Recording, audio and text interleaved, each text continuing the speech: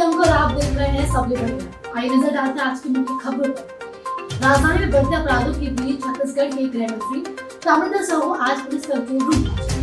उन्होंने पुलिस अधिकारियों से कहा कि उनका काम ऐसा होना चाहिए जिससे कि जनता का पुलिस पर भरोसा बढ़े। अपराधों को रोकने के लिए उन्होंने साइबर सेल और सूचना तंत्र मजबूत करने पर जोर दिया। समीक्षा बैठक में गृह मंत्री ने पुलिस के अधिकारियों से कहा कि वो साइबर सेल और सूचना तंत्र को ज्यादा मजबूत करें ताकि अपराध पर अंकुश लगाया जा सके। गृह मंत्री ने सभी थाना प्रभारी को निर्देश दिया है कि पीड़ित लोगों की रिपोर्ट थाने में आवश्यक रूप से दर्ज करें और अपराध की रोकथाम के लिए रातों में गश्त बढ़ाएं। बैठक में गृह मंत्री ने कहा कि पुलिस अधिकारियों को स्कूल और कॉलेज जाकर छात्रों को कानून और यातायात के प्रति जागरूक करना चाहिए ताकि वो दूसरों को भी जागरूक करें। न्यायधानी से रोंगटे खड़े कर देने वाला वीडियो सामने आया है। यहाँ पर चोरी के शक में बिजली के पोल से बांधकर दो युवकों की बेल्ट और चप्पल से पिटाई कर दी गई है। बर्बरता से पिटाई का ये वीडियो अब सोशल मीडिया पर जमकर वायरल हो रहा है।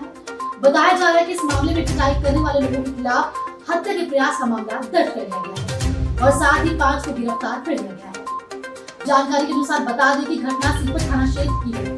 सकरी थाना क्षेत्र के गुरु गोकुल धाम में रहने वाले 18 वर्षीय सूर्यवंशी के रिश्तेदार सीपत क्षेत्र के ग्राम बसहा में रहते हैं, जिससे मिलने के लिए राजकुमार बुधवार की रात को अपने मित्र के साथ जा रहा था।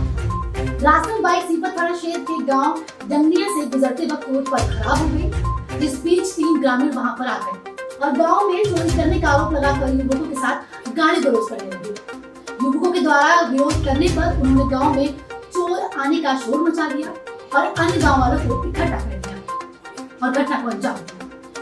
जन्माष्टमी पर्व पर खुशबू में जहां सारा देश सरोवर पर था, तो वहीं मुख्यमंत्री भूपेश बघेल के प्रगति निवास पर भी जन्माष्टमी पर्व की धूम रही। जन्माष्टमी पर्व पर मुख्यमंत्री के भिलाई स्थित कैंप कॉलोनी में भी पूजा का आयोजन किया गया था। इस दौरान वहां का वातावरण गोकुल के समान हो गया था।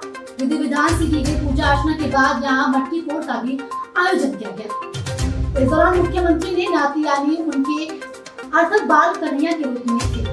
पूजा के बाद मटकी फोड़ने के लिए मुख्यमंत्री ने अपने नाती अर्थक को अपनी गोद में उठाया और मटकी फोड़वाई। 12% डीए की मांग को लेकर प्रदेश में कर्मचारी 22 अगस्त से हड़ताल पर जा रहे हैं। उन्होंने इसके लिए सरकार को अल्टीमेट भी दिया है। इस संबंध में प्रदेश सरकार के मंत्री कवासी लखमा का बड़ा बयान सामने आया है। मंत्री कवासी लखमा ने कहा है कि कर्मचारियों की हड़ताल के पीछे आरएसएस का हाथ है। केंद्र सरकार के समान डीए व महंगाई भत्ते को लेकर प्रदेश के कर्मचारी हड़ताल पर हैं।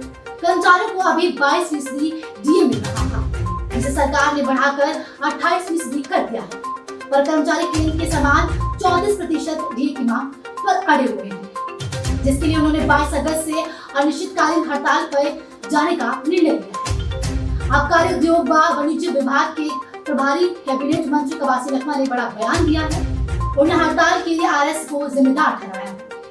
मंत्री ने कहा है कि हमने पुरानी पेंशन योजना बहाल कर दी है, जिसे भाजपा सरकार ने बंद कर दिया था। अब 6% डीए भी दे रहे हैं। मंत्री ने आगे कहा कि इतना सब करने के बाद भी कर्मचारियों का अड़िया रवैया है, जिसके पीछे कहीं न कहीं आरएस का हाथ है, ऐसा मुझे समझ में आता है। अभी इतना ही, जो लौटते हैं दूसरी खबरों के साथ, तब तक बने रहे सबले बढ़िया के साथ।